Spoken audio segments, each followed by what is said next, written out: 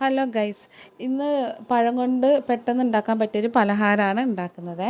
അതിന് വേണ്ടിയിട്ട് 2 പഴം, തേങ്ങ, ശർക്കര എടുക്കുക. 2 പഴം ചെറുങ്ങനെ മുറിച്ചട വെച്ചിട്ടുണ്ട്. അതൊരു പാൻ എടുത്തുകൊണ്ട് ചൂടാക്കി കുറച്ച് നെയ്യ് ഒഴിച്ച് കൊടുക്കുക.